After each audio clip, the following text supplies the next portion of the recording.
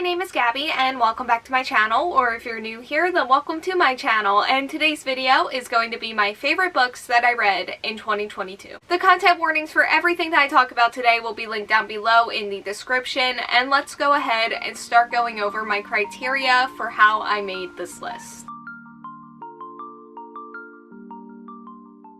This is a top 10. I like to keep this list to my 5-star ratings only, which means that everything else that I really loved and enjoyed this year gets pushed into the honorable mentions list. Warning, it's very long this year. I've tried to cut it down, but my heart will not let me. I also usually do try to keep series together and rank them as one, but that did not happen this year. Sometimes it did happen, but I did make some special exceptions. We are also only going to be ranking fiction today, but I do want to give a special shout out to the 2 non-fiction books that I gave 5 stars this year, which we are going to do right now. And those 2 books are Stamped, Racism, Antiracism, and You by Ibram x Kendi and Jason Reynalds, and then also Shout by Laurie Halse Anderson. So Stamped is not necessarily a history book, but it does dive into like the past and the present, and it breaks down how the racist ideas that got made up and distributed in the past still lingers in modern day America. And Shout is a poetry memoir that was released 20 years after this author's other groundbreaking novels Speak. It's written in free verse and depicts deeply personal stories from this author's childhood as she is enraged by how little has changed in our culture surrounding SA since Speak was originally published. You can probably tell based on the descriptions of these 2 books alone, but both were very powerful and very important reads. I also do really love the writing style in both of these, which was not a surprise from Jason Reynolds, but this was my first time reading Laurie Halse Anderson and I really enjoyed it. Also in the description of this video will be a link to the We Need Diverse Books website, since both of these books and authors have had to deal with censorship and banning, which is incredibly frustrating, and that website has like a lot of resources and information, so yeah, it's going to be down there. So with that, let's go ahead and start naming the honorable mentions. I did actually rank these this year, so the last book that I name will be the one that was closest to making the actual list. And all of these are going to be like the 4 to 4.75 star ratings, since I was able to use all of my 5 stars this year in my top 10. It was kind of close. I almost only had 9, but we got there. We are just going to go through these very quickly, the first of them being The Shadow of Kyoshi by F.C.E. with Avatar co-creator Michael DiMartino. Let's Talk About Love by Claire Can. The City Beautiful by Aiden Polydoros. The Lady's Guide to Petticoats and Piracy by Mackenzi Lee. Spin the Dawn, and then also Unravel the Dusk by Elizabeth Lim. A Song Below Water by Bethany C. Morrow. Blood Like Magic by Lizelle Sambury. Instructions for Dancing by Nicola Yoon. Wicked Fox by Kat Cho. Fevered Star by Rebecca Roanhorse. A Song of Wraiths and Ruin by Roseanne A. Brown. Sovereign by April Daniels. Strange to Dreamer by Laini Taylor. The Marrow Thieves by Cherie Dimaline. Aristotle and Dante Dive into the Waters of the World by Benjamin Alire Sainz. Hani and Ishu's Guide to Fake Dating by Adiba Jagradar. I Wish You All the Best by Mason Deaver. So This Is Ever After by F.T. Lukens. And finally, The Kingdom of Copper by S.A. Chakraborty. So with that, let's go ahead and get into the actual list. I do just want to give one final reminder for the content warnings. They will be linked down below in the description, because a lot of the books on this list do contain dark and serious content that can definitely be triggering and upsetting. So if you're thinking about reading any of these and have any concerns, please do go and check those out.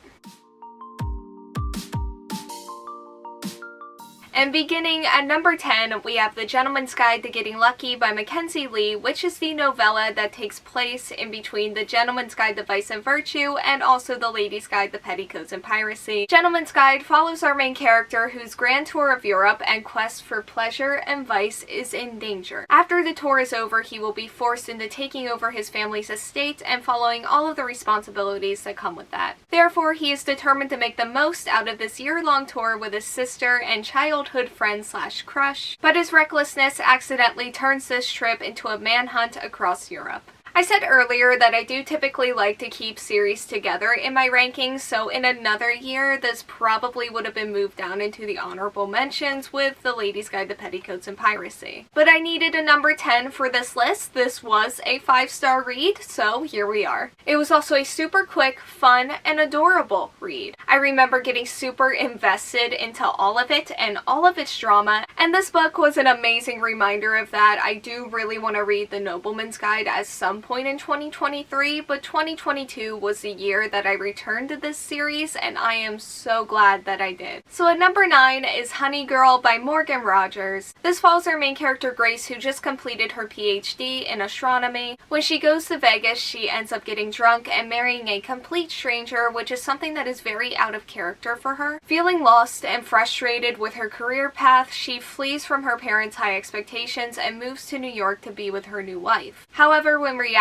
begins to show itself again, Grace must face all that she has been running from. This book has one of my favorite romances of the year, and then also just some really beautiful scenes in general. It contained a lot of discussions about loneliness and happiness and melancholy, and I feel like the tone of this book really captured those emotions and did so in a way that really resonated with me. It also explored the impact that the high expectations from her parents and society have had on our main character as a queer black woman. It explored the intersectionality of those things, and then it also explored a lot of mental health themes. I grew so attached to all of these characters so quickly, and there are elements of this book that I still think about to this day nearly every day. I will definitely be reading more Morgan Rogers in the future, and I thought this was an amazing debut. At number 8 is Mexican Gothic by Silvia Moreno Garcia. Our main character receives a letter from her cousin begging someone to save her from a mysterious doom. So she travels to the High Place, which is a house in the distant Mexican countryside, where she finds her cousin's new, menacing, and alluring husband. This placement does feel low for this book, but these rankings were really difficult, and I give up.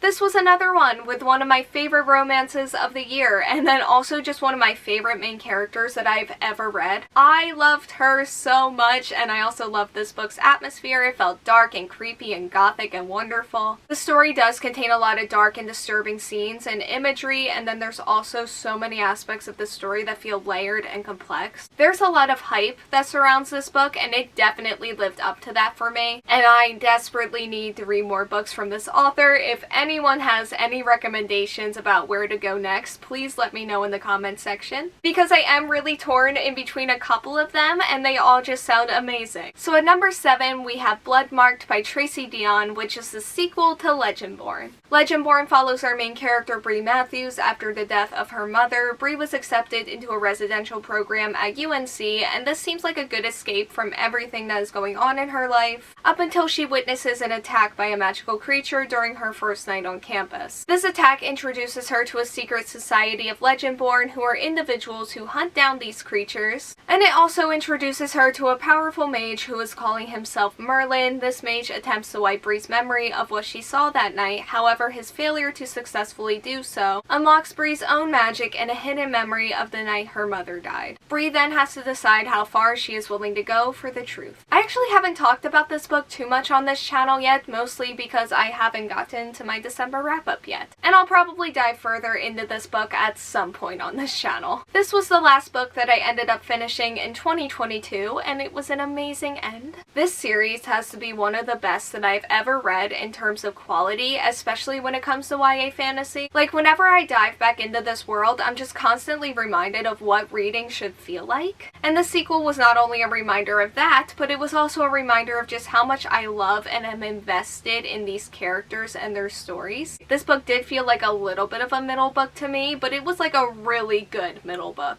I feel like it set a lot of things up that I am really curious to see moving forward in the series, and again, this is one that has like a lot of complexity and a lot of layers to everything it does, and it incorporates a lot of real life history and modern day into the fantasy setting, which definitely does get dark and ugly. And on that note, this one does have an author's note in the back that I do highly recommend reading if you haven't already. I haven't mentioned the pacing of this very large book yet, but I loved it. And I feel like it was kind of slower paced, which if you heard my reading stats from the last video, that is not always my thing. I don't read a lot of it, but when it's done well, I definitely get into it, and this was one of those cases. I'm so sad that I don't have more new content from this series to read right now. Like, after I finished this, I just didn't know what to do with myself and my reading life for a couple of days. And because of all of that and more, I am really looking forward to the next book. At number 6, I have The Lesbiana's Guide to Catholic School by Sonora, Reyes. This follows our main character Yami, who was outed by her ex-best friend and crush at her previous school. Now at her new Catholic school, she has no intentions of coming out or falling in love. However, that is easier said than done, as the only openly queer girl at her school is annoyingly perfect. But if word gets back to her mom, Yami could face much worse than rejection. This book stole my entire heart. Like, I don't know how else to put it. I got so emotionally invested in this story and these characters to a level that I did not expect.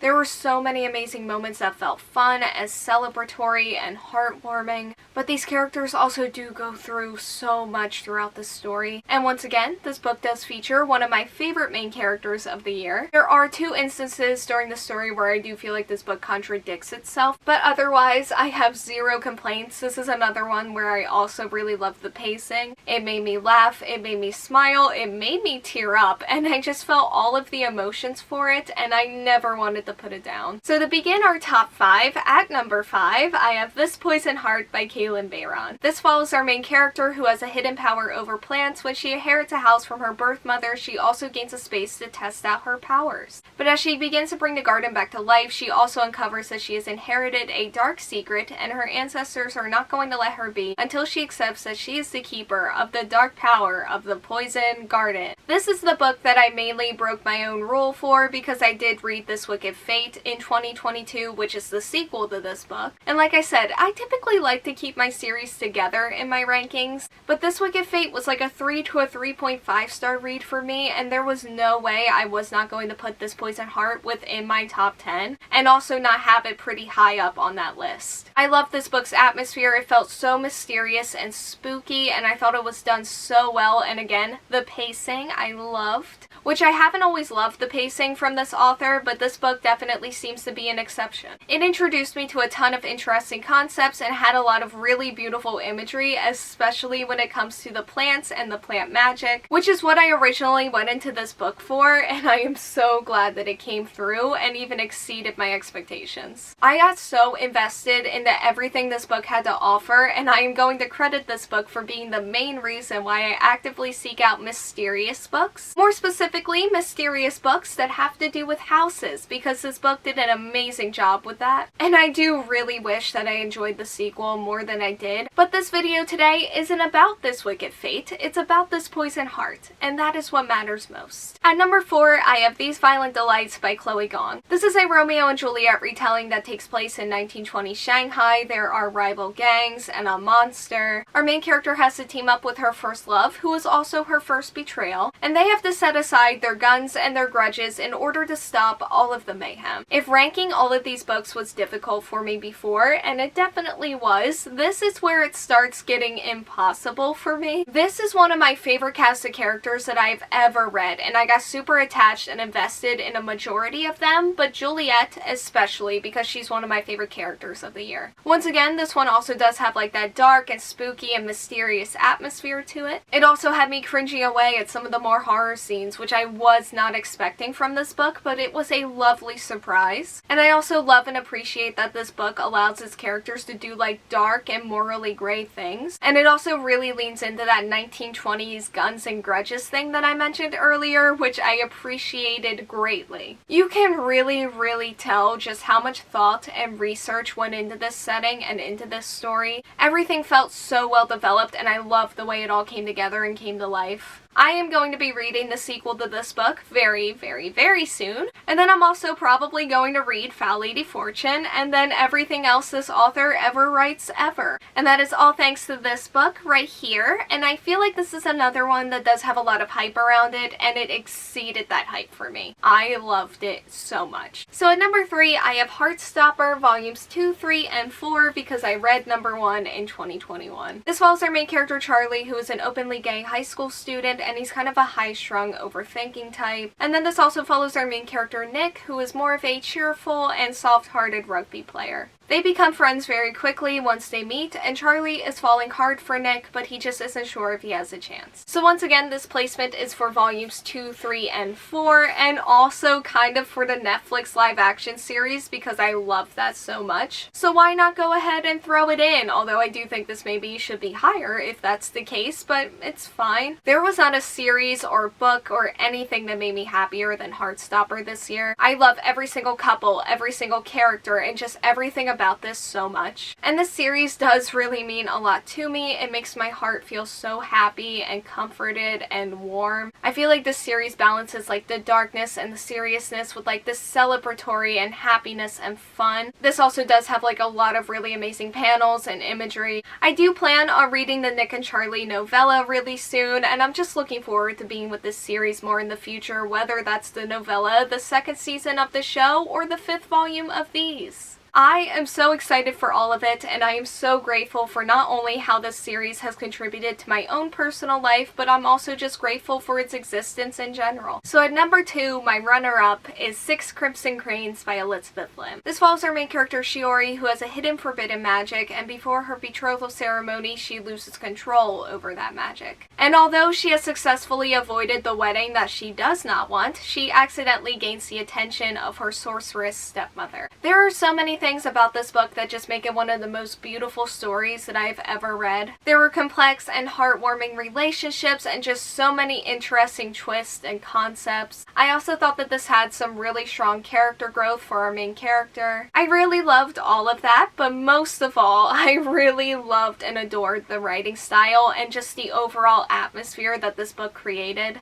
The descriptions and imagery that this book created were so beautiful, and they fully immersed me in this world. This book made me love things that I didn't think that I was going to like because I haven't liked those things in the past. And I really thought for a long time that this was going to be number 1 on this list. Like, as soon as I finished reading it, I was like, this is going to be the one. But it's not. Because number 1, and my favorite book that I read in 2022, is The Sunbearer Trials by Aiden Thomas. At the beginning of each decade, the sun's power is replenished so that the evil obsidian gods can stay at bay. 10 Semidiosis are chosen to compete in the Sunbearer Trials, where the loser is sacrificed so that their body may protect everyone for the next 10 years. Our main character, Theo, is the trans son of the goddess of birds, and he's never really worried about the trials except for worrying about others in regards to the trials. However, that all changes when he gets chosen to compete against opponents who are better trained and more powerful than himself. This is the second year in a row that Aiden Thomas has gotten the number 1 spot on my favorites list. Last year it was for Cemetery Boys, and this year it's the Sunbearer Trials.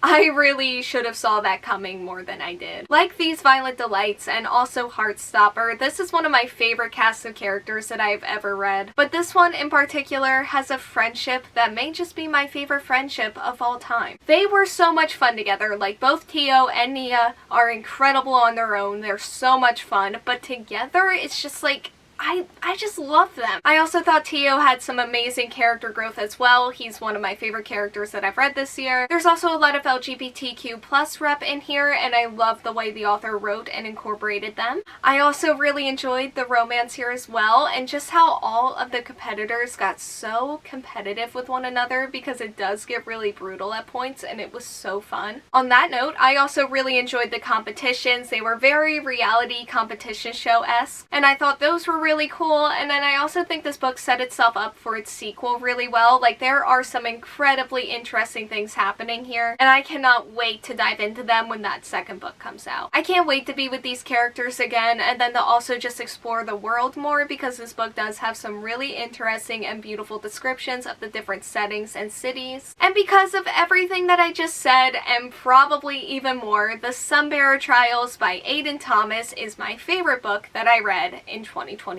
Okay, so that is the end of the list. Those are all of my favorite books that I read in the year. I do just want to go ahead and thank everyone once more for all of the support on my channel and on my other platforms. If you have ever supported me in any way ever, just thank you, and I am incredibly grateful, and I hope you all have an amazing 2023. Thank you all so much for watching. Like, comment, subscribe, hit the bell, and answer the question that'll be around here if you want to do that, and hopefully I will see you here next time. Bye!